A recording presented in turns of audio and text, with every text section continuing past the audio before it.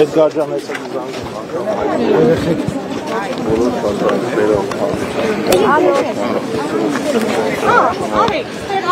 Եվ որևէ մեկը դա չի փոխել, բացառապես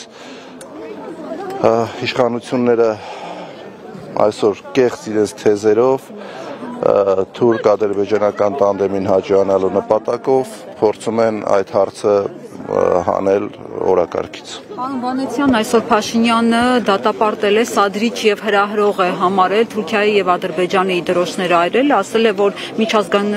միջազգայինորեն ճանաչված պետության դրոշները այրելը այն էլ հարևանների դատապարտելի է եւ ընդունելի չէ։ Որն է ձեր վերաբերմունքը սրան, ճիշտ է նման քայլը, ճիշտ չէ, Փաշինյանը ինչ է այսքան ցավում հարևանների դրոշների համար։ Փաշինյանը, եթե միայն ցավար դրոշները այրելու համար եւ որևէ գործողություն չաներ, որը կբխեր ոչ թե հայկական պետության շահերից, այլ կբխեր բացառապես թուրք-ադրբեջանական շահերից, մենք կարող էինք այդ հայտարարությունը դիտարկել որպես երկրի ղեկավար, որը պարտավոր է պահպանել ամեն դեպքում հարաբերությունները հարևան երկրների հետ։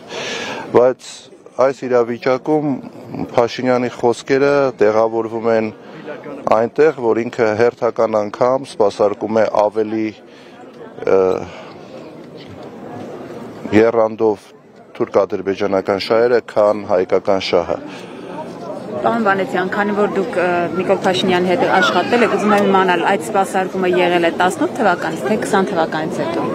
Փոխվել է։ Ես 19 թվականի սեպտեմբերին, երբ ներկայացրել եմ հրաժարական, հստակ խոսել եմ հրաժարականի պատճառների մասին։ Ես այն ժամանակ չեմ տեսել, որ նման քայլեր իրագործվում է, բայց մարդ, ով տիրապետում է մի քիչ ավելի շատ տեղեկատվության եւ վերլուծելու ունակություն ունի, հասկացել եմ, որ այո, մեր երկիրը ցավոք սրտի գնալու է այն ճանապարհով, որով գնացել ենք, բայց անգամ ամենավատ երազում չէին կարող պատկերացնել, որ հասնելու ենք այս իրավիճակին, որը մենք այսօր ունենք։ Փաշինյանին հեռացնելու քայլեր ձեռնարկելու եք, թե չէ։ Ես 19 թվականի սեպտեմբերից ձեռնարկում եմ քայլեր Փաշինյանին հեռացնելու ուղղությամբ։ Այդ հարցը ամենակարևոր հարցն է, որը մենք պետք է ինքներս մեզ տանք եւ ոչ միայն ես ինքս ինձ, այլ մնացած այն մարդիկ, մեր քաղաքացիները, հազարավոր, 100,000-ավոր քաղաքացիները, որոնք եւս ունեն այդ նպատակը, բայց ինչ-ինչ պատճառներով չի ստացվում, պատճառը նա է, որ Փաշինյանը եւ իր իշխանությունը ցանկացած քայլի դիմում են իշխանությունը պահելու համար, ցանկացած քայլի, ապօրինությունների, սադրանքների, մարդկանց ձերբակալումների, վախեցնելու, ուժ կիրառելու, ամեն ինչ անում են այս իշխանությունները, որ իշխանությունը հանկարծ չկորցնեն։ Այս մարդիկ իշխանությունը համարում են իրենց անվտանգության երաշխիքը մեկ, եւ երկրորդ ամենակարևորը իրանք վայելում են իշխանությունը, ոչ թե ծառայում են ժողովրդին։ Ուստի նրանց համար իշխանություն կորցնելը հավասար է մահի ճակերտների մեջ, որովհետեւ ոչ մի բան չունենալով, ոչ մեկ չլինելով այսօր նրանք հարստացել են, նրանք ունեն լծակներ, նրանք ունեն մեծ պահակախմբեր, որոնց միջոցով շրջում են ամենտեղ։ Ուստի նրանք ամեն ինչ անելու են, որ իշխանությունը չկորցնեն, բայց դա ներողություն, բայց դա մեզ չպետք է հուսահատեցնի եւ մենք ասենք դե ձեռքներս լվանանք, թող մնան, ոչ, պայքարելու ենք, բայց եկեք ժամկետներ չնշենք, ոնց ենք, երբ ենք ազատվելու այս իշխանություններից, հավատացած եղեք, Ես կարծում եմ այո։ Քաղաքական դաշտում ընտրությունների միջոցով Ես կարծում եմ այո, որ կա հնարավորություն ընտրություններով ազատվել այս իշխանություններից, որը ցույց տվեցին տեղական ինքնակառավարման մարմինների ընտրությունները, հատկապես վերջի Գյումրիում եւ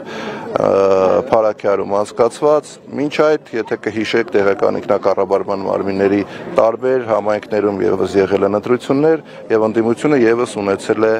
հաջողություն եւ հաղթանակ։ Հիմա բայց քննադատում են Մարտուն Գրիգորյանին, որ ձայները տվեց Վարդան Ղուկասյանին, հատկապես ԿՊԱ-ական հատվածը ասում է, որ այլ բաներ հայտարարում, բայց իրենց ասածը ճիշտ դուրս եկավ, որ ըստ էության բոլոր առաջադրված ուժերը իրենց ձայնը վերջում տալու են Վարդան Ղուկասյանին։ ԿՊԱ-ական շրջանակների քննադատությունը կարելի է ընդունել որպես ինչ-որ լավ բան, ոչ թե վատ բան, բայց ինչ վերաբերվում է Գյումրու ընտրություններին, Մարտուն Գրիգորյանը այդ առիթով հանդես է եկել մանրամասն հայտարարությամբ եւ բացատրել է իր դիրքորոշումը, որը ես ամբողջովին կիսում եմ։ Ձեր քաղաքական ուժը պատրաստվում է 26 թվականի ընտրություններին։ Բայլակ ջան պատասխանեցի նոր այդ հարցին։ Սպասում է 2026-ի հերթական ընտրություններ իմպիչմենթի հնարավորություն չէ։ Ես ասել եմ, որ չբացառելով փողոցային պայքարը եւ մնացած գործիքները, որով հնարավոր կլինի հեռացնել այս իշխանություններին, ամեն դեպքում որպես քաղաքական ուժ մենք բոլորս պետք է պատրաստվենք 26 թվականի ընտրություններին, բայց նորից եմ կրկնում առանց բացառելու փողոցային պայքարով կամ իմպիչմենտի միջոցով այս իշխանությունների հեռացումը։ Ասել եք ոտքս խփեմ գետնին, հրապարակը կլծվի, ինչու չլծվեց կամ ինչու, եթե այդ հնարավորությունները ներողություն։ Նույն հարցը ինձ այդ ժամանակ տվել է 2 տարի առաջ Ազատության մեր շատ սիրելի լրագրողներից մեկը, հիմա նույն հարցը տալիս եք դուք, այդ հարցի հետ կապված եղել է այն ոնց է կոչվում փաստերի ստուգման հարթակը, որը ինձ գիտեք իմ նկատմամբ ինչ վերաբերմունք ունի, արել է մանրամասն մեկնաբանություն եւ ցույցատվել, որ դա իշխանական քարոզչամեքենայի հերթական սուտ տեղեկությունն է։ Այսինքն ես նման բան չեմ ասել։ Կապված մի բան եմ ձեզ հարցնեմ, ամեն դեպքում քվեները ապահովեցին ընտրվեց, բայց իշխանական հատվածից ասում են, որ այդ համագործակցությունը չի լինի, քանի որ կոալիցիա չի, այսինքն ուղղակի աջակցեցին եւ այդպես նրան ընտրեցին, այսինքն դուք ինչ եք կարծում, կհաջողվի դիմադիր ուժերին կամ կա այդ քաղաքական պատրաստակամությունը համագործակցել եւ կառավարումը Գյումրիի ապահովել նաեւ որտեղ տարբեր հարցերում քվեարկություններով եւ այլն ինչ որ ճգնաժամ ցանկացած հարց, որը կլինի իշա Գյումրու եւ գյումրեցու, ես վստահ եմ, որ ընդդիմադիր դաշտում կլինի կոնսենսուս եւ կընդունվեն որոշումներ։ Մանեցան այս իշխանությունների եղել հիմա արդիական է նորից դարձել ով բերեց իշխանության Նիկոլ Փաշինյանին, ով ԱԱԾ-ի մեկուսարանից արձակեց նրան, կային արդյոք դրսի ուժեր, որոնք ներգրավվեցին այդ հարցում։ ԱԱԾ-ն այդ պարագայում, երբ ես այն ժամանակ ԱԱԾ-ում էի, ես նման տեղեկատվության չեմ տիրապետել, ինչ վերաբերում է ով բերեց, բոլորը գիտեն, թե ինչ եղավ, բոլորը աչքի առաջ է եղել 7 տարի առաջ թե ինչ էր կատարվում մեր երկրում փողոցներում եւ